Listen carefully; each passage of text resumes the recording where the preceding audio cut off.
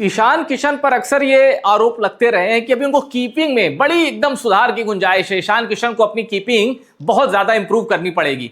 Up to the mark नहीं है उनकी कीपिंग। और संजू सैमसन से अगर मैच करना है कि भाई किसी मैच में ऐसा हो गया कि एक ही कीपर खिलाएंगे तो ईशान किशन क्या करेंगे? ईशान किशन को अपनी कीपिंग सुधारनी होगी। लेकिन इन सब बातों को बेकार बताते हुए ईशान किशन ने दूसरे T20 इंटरनेशनल में जो कैच पकड़ा है ना हैरी ब्रूक का, अंग्रेज कप्तान का, वो कैच देखने के बाद अंपायर भी चौंक गया। उसे तो यकीन ही नहीं हुआ कि कैच भी हो सकता है। अंपायर ने वाइड बॉल दे दी थी। मामला गया थर्ड अंपायर के पास और वहां से पता चला ईशान किशन ने इस साल का सबसे बेस्ट विकेट कीपिंग कैच अगर मैं कहूं वो लपका है और भारत को सफलता दिलाई। भारत मैच हार गया, कोई बात नहीं, लेकिन ईशान किशन की कीपिंग ने यह साबित कर दिया है कि वो मेहनत कर रहे हैं, खुद को अपग्रेड कर रहे हैं। चलिए मैं आपको बताता हूं कि हुआ क्या। बापू यानी अक्षर पटेल की बॉलिंग थी। अब देखिए ये विकेट टू विकेट बॉल रखते हैं, इनके बारे में ये बातें सब जानते हैं। तो हैरी ब्रूक को भी पता है और हैरी ब्रूक आते ही जलवे दिखाने शुरू हो गया था। जानते हैं 14 गेंदों में 39 रन बनाकर इसने भारतीय गेंदबाजों के घोड़े खोल दिए थे। 14 गेंदों में 39 रन। अब हैरी ब्रूक का विकेट लेना जरूरी था, फिर चाहे याद करिए, फिर चाहे वो वर्ल्ड कप हो या फिर ये। अब हैरी ब्रूक को पता है कि अक्षर पटेल विकेट टू विकेट डालते हैं, तो इसने पहले ही रूम बना लिया, खुद लेग की तरफ शिफ्ट हो गया। लेकिन बापू की इस गेंद ने स्टंप की जाने की बजाय इसने हैरी ब्रूक को फॉलो किया। अब देखिए आगे क्या हुआ। गेंद लेग स्टंप पे आई, हैरी ब्रूक ने इसको कहा कि ये तो यार स्वीप वाली बढ़िया बॉल है, पावर प्ले चल भी रहा है, दो ही फील्डर सर्किल के बाहर हैं, चलो मैं गेंद को टपा देता हूं।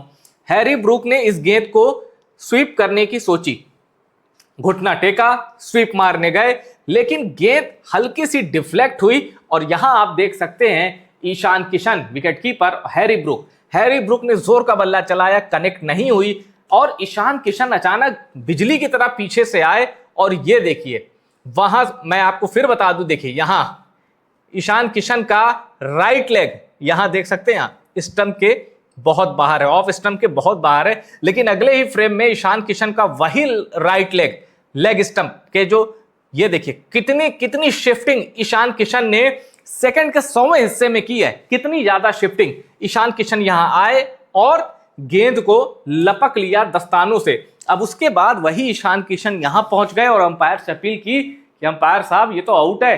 अंपायर ने जानते क्या कहा? इधर देखिए, अंपायर अलग ही जोन में।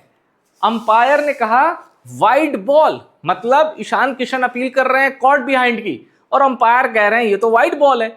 अब ईशान किशन ने कहा सरपंच साहब DRS लो, इस अंपायर की बोलती बंद करो और हैरी ब्रूक की भी। अब DRS में क्या हुआ? DRS में पता चला कि जिस गेंद को हैरी ब्रूक स्वीप करके चौके या छक्के के लिए भेजना चाहते थे, ये रही बॉल, ये है बॉल, ये बॉल हैरी ब्रूक के ग्लव से लग चुकी है और ग्लव से कनेक्ट होने का मतलब है हैरी ब्रूक आउट हो गए। और इसीलिए थर्ड अंपायर ने जब देखा तो ग्राउंड अंपायर को मजबूरी में अपनी गलती माननी पड़ी और कहना पड़ा हैरी ब्रूक आउट है। लेकिन मैं फिर कह दूं, इससे यह साबित होता है कि ईशान किशन अपनी कीपिंग में बहुत सुधार कर रहे हैं। ये एक आसान कैच कतई नहीं था।